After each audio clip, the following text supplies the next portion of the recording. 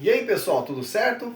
Meu nome é Cláudio Norpena, sou técnico em edificações, sou pedreiro e trabalho com obras. Eu quero compartilhar com vocês aqui qual o método que eu uso para falar sobre a altura de vigas, para determinar qual a altura de viga, claro, respeitando alguns itens que a norma determina, mas a concepção que eu uso.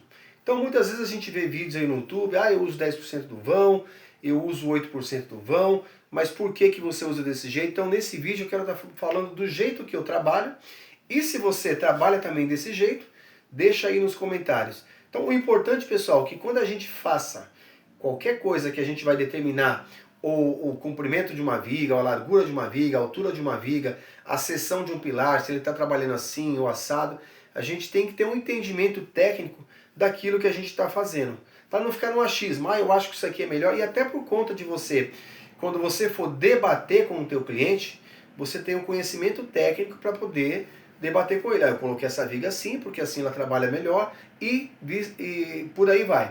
Então, primeira coisa, quando a gente ouve falar, pessoal, em viga na obra biapoiada, a gente entende o quê? Bi vem de dois. Então, dois apoios. Então, para um modelo, a gente tem que entender o seguinte, pessoal. O modelo computacional que o software calcula as estruturas é completamente diferente do que ele vai ser feito lá na obra. Então, uma coisa é o que o software calcula, outra coisa é o que vai ser feito na obra. Quando eu digo ser feito, é coisa de... É como se eu estivesse falando, olha, o software está calculando uma coisa, mas lá na obra a estrutura vai trabalhar de outra maneira. E como é que a gente vai lidar com isso? A gente, como pedreiro, está no canteiro de obras todo dia, a gente consegue enxergar como a estrutura está trabalhando e sabe diferenciar os resultados que estão ali no software. Então, quando você ouve falar, pessoal, em viga biapoiada, o que você está querendo dizer? O que o software está querendo dizer para você? É que você tem uma viga que ela tem dois apoios, certo? E naqueles apoios, o apoio tá liberando a viga para rotacionar no apoio. Ou seja, você apoiou a sua viga aqui, então quando ela receber o carregamento, ela vai rotacionar livremente. Ou seja, o momento fletor ali no apoio é zero. Esse é o modelo que o software ele manda para a obra. Só que lá na obra, a sua estrutura vai trabalhar assim? Não. Por quê? Porque quando você concreta, você apoia, né, entre aspas, apoia a sua viga em cima da laje, você apoia a sua viga em cima do pilar. Quando você concreta, você tem uma estrutura monolítica. A sua viga está aqui, seu pilar está aqui, você concretou tudo junto. E será que na hora que sua viga deformar, ela não vai querer trazer o pilar assim? Certo? Então, olha a diferença. O software calculou isso aqui, ó. Quando a viga deformar, ela gira livremente no apoio. Esse foi o modelo que o software calculou. Soltei aqui a viga, ela rotacionou. Só que lá na obra não é assim que ela vai trabalhar. Quando a viga receber uma carga e ela deformar, ela vai tentar puxar o pilar junto. Isso é a ideia que nós, pedreiros, temos lá na obra. Isso é fato. Então uma coisa é o comportamento da estrutura na obra e outra coisa é o comportamento da estrutura no software. Então, existem estruturas isostáticas, hipostáticas, hiperestáticas. Em obras, pessoal, a gente esquece essa coisa de hipostática.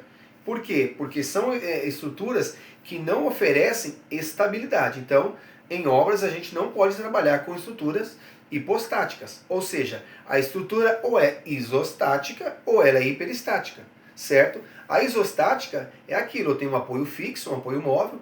Então eu tenho um pilar que ele vai restringir a minha viga na horizontal e a outra na vertical, de abaixar, certo? Então eu tenho um apoio fixo, que é essas duas reações, e o outro apoio móvel, que ele só vai impedir a viga de abaixar verticalmente. Então isso é mais a coisa para a gente entender a nível de conhecimento. E a hiperestática, a estrutura tem várias maneiras de se comportar. Só que aí está outra diferença. Quando os alunos de engenharia estão lá na faculdade calculando os pórticos de estruturas isostáticas, fazendo as reações de apoio, fazer um somatório de forças em X, em Y. Então, desculpe se vai ficar algum termo muito técnico, mas não tem como falar de obra para a gente fazer essa analogia sem usar alguns termos técnicos. Então, o que acontece? Quando os alunos estão lá na faculdade calculando os pórticos, as estruturas, eles estão calculando estruturas isostáticas. Então, o que acontece? Isostática, pessoal, o seu pórtico ali, viga e pilar, ele não está enxergando se a obra tem uma continuidade. Você só está calculando ali, ó, as reações naquele ponto específico. A carga que a viga está mandando para o pilar e a distância que essa carga está de cada apoio. Então, quanto mais perto eu estou do apoio, mais carga chega naquele apoio. Ele não quer saber se sua viga tem 30 de altura, se sua viga tem 60, se seu pilar só tem 10. Ele só está simplesmente calculando baseado em estática e na geometria e a posição que essa carga está ali na estrutura. Agora, quando o software calcula, o que ele imagina?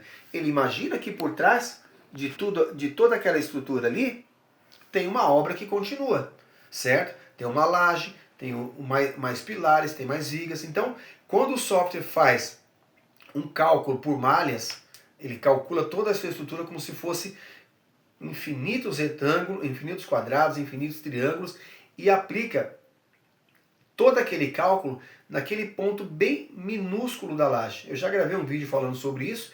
Então ele sabe o ponto exato onde a laje pode falhar, onde você tem que fazer um reforço. Então, quando o software calcula, ele calcula estruturas hiperestáticas. Então ele leva em consideração todo o conjunto da obra entre vigas, pilares, tudo o que acontece ali, se a casa tem um pavimento, se tem 2 pavimentos, se a viga é mais alta, se a viga é mais baixa. Então ele leva em consideração a rigidez, ou seja, a dureza de cada peça. E, por mais que você não aceite, não adianta você fazer um pilar fininho e um pilar grosso e querer que a carga vai para o pilar fino. Então, as cargas caminham para pontos onde a estrutura é mais rígida, isso é fato. Isso é fato. Então, se você tem uma viga mais rígida e do lado você tem uma viga menos rígida, quer você ou não, a carga vai caminhar pela estrutura onde é mais rígido. Isso é fato. Isso a gente consegue comprovar. Se a gente fizer for dimensionar alguma estrutura pelo software, ele vai te dizer. Só que você, como está ali na obra, você é pedreiro, você é técnico, você tem que imaginar isso na sua cabeça. Põe na tua cabeça, as cargas vão para as estruturas mais rígidas. E aí muitas vezes a gente fala, mas rótula, engaste, o que isso quer dizer na prática? Então imagine você, pessoal. Em concreto armado, não existe rótula, pelo simples fato que eu já falei que viga e pilar se concreta junto. Então, rótula é quando você tem uma rotação no apoio. Então, a viga tem uma rotação livremente. Você não tem isso no concreto armado, certo?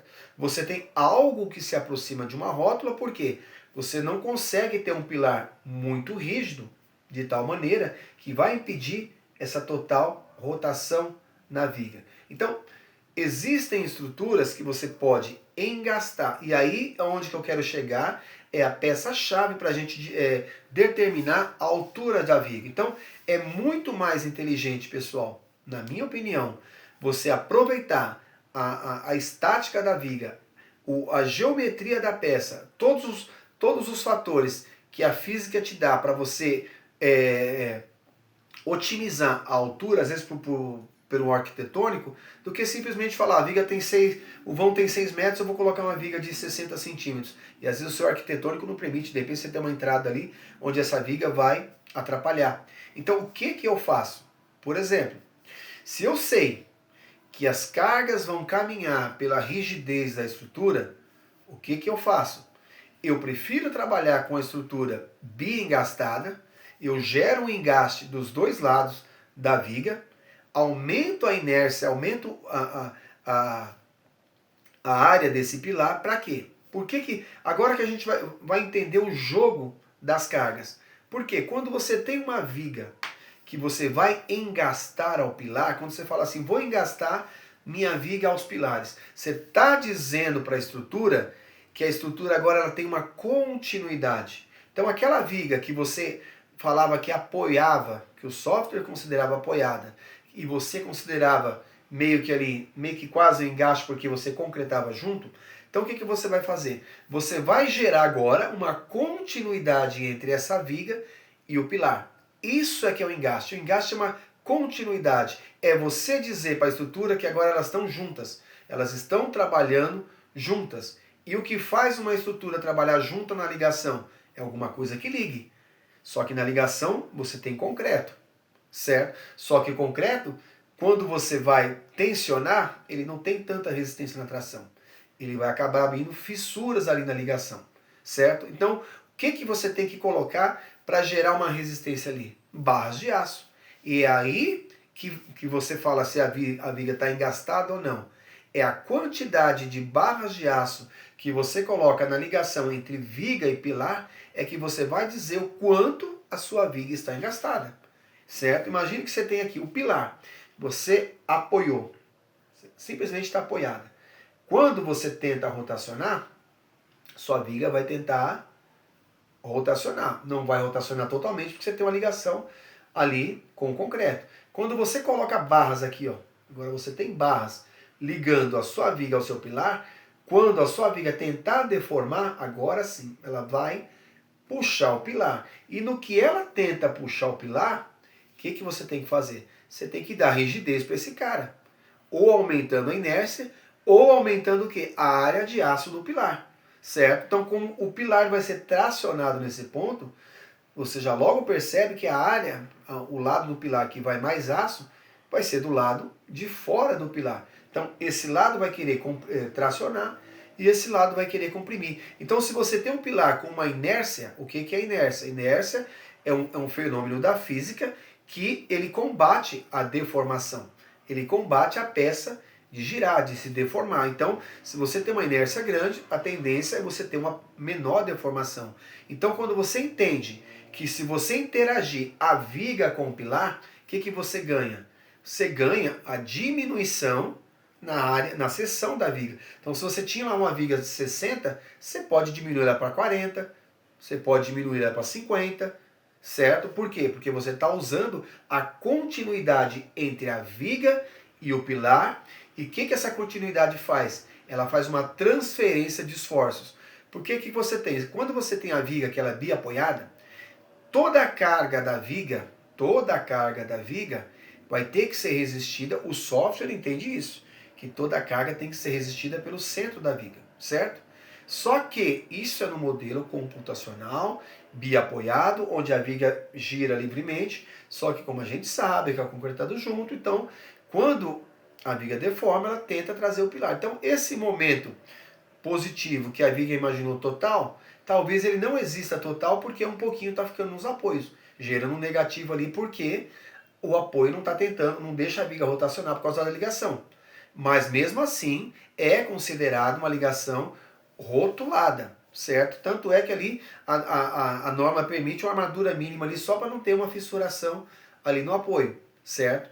Mas é considerado uma rótula ainda. Então o que acontece? Quando você faz a transferência de cargas, de esforços, de um ponto da viga, do momento positivo, para os apoios, através dessas barras de aço, que vão desde o pilar até um terço ou um quarto do tamanho da viga, o que você está dizendo para a estrutura? Opa, agora o pilar está me ajudando aqui. Então, se o pilar está me ajudando, a viga pode ser menor.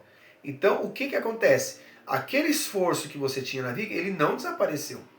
Ninguém faz mágica, esse momento aqui desapareceu. Ele simplesmente foi ali para os pilares. Então, o momento positivo, ele sai um pouco do centro do vão e vai agora para os pilares. Então, aquela viga que você tinha para resistir toda essa flexão, ela pode ser de uma altura menor. Então, se você tem um arquitetônico ali que não te permite uma viga tão alta, gerar o engaste nesse caso é a maneira mais inteligente de aproveitar a estrutura. Ah, mas eu vou gastar mais aço. Nem tudo dá para você ganhar dentro de uma obra, dentro de um projeto. Então, o que a gente tem que entender? Que cada situação é uma situação. Vai haver horas que tanto faz você colocar uma viga alta, porque você não tem um vão tão grande e você não quer simplesmente engastar e quer aproveitar aquele meio que aquele engaste natural ali que a própria rigidez da concretagem te dá e você não quer fazer um engaste, beleza, tranquilo. A sua viga não vai deformar tanto porque você não tem uma carga tão considerável e você também não tem um vão tão grande assim. Então quando a gente usa da física que a estrutura nos oferece de graça, tá ali, tá gratuito.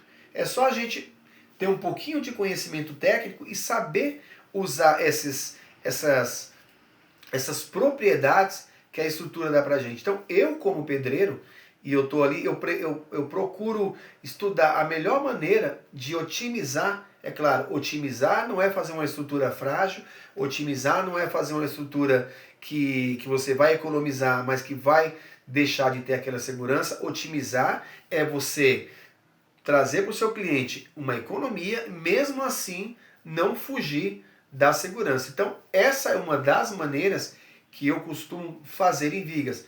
É claro que tem várias outras maneiras da gente fazer essas otimizações, e é claro que lembrando que não existe engaste perfeito. Para ter um engaste perfeito, você tem que ter um pilar com rigidez infinita. O que é rigidez infinita? É você ter um pilar largo, um pilar parede grande ao extremo, mas mesmo assim ainda vai permitir uma deformação mínima. Então, não existe o engaste perfeito. Para ser um engaste perfeito, a deformação teria que ser zero. Mas não há nenhum elemento, pelo menos na Terra que eu conheço, que não sofra uma deformação mediante algum carregamento. Claro que tem materiais que sofrem deformação e você não consegue enxergar essa deformação ao olho nu porque a deformação é muito pequena, mas mesmo assim ainda existe. E no próximo vídeo, pessoal, quero falar um assunto com vocês sobre o gráfico tensão-deformação. Como o aço ele se comporta ali no regime elástico, como o aço se comporta no regime plástico, e por que a gente tem que saber isso aqui? Porque a viga, você tira a escória, ela tem uma deformação, certo? A deformação é natural, é do próprio peso da estrutura. Só que quando você começa a carrega uma estrutura e você tira o peso, ela volta ao seu tamanho inicial.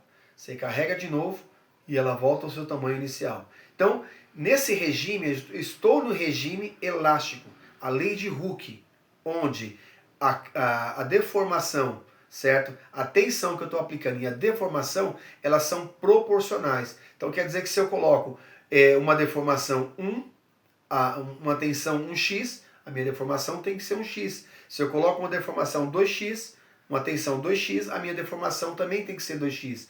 Só que quando você chega a um ponto que você aplica uma carga e a sua viga não retorna mais, ela saiu do regime elástico e foi para o regime plástico. E essa deformação ela já é irreversível, você não consegue voltar. Então ela sai de um regime elástico e vai para o regime plástico. Aqui ela já não está mais na lei de Hooke. Então ela já não tem mais aquela proporcionalidade entre tensão e deformação. Então aqui você aplica uma carga pequena e ela já começa a deformar sem voltar ao seu tamanho normal. Então esse é um vídeo que eu vou gravar mais detalhado, lei de Hooke, as tensões de deformações e escoamento do aço.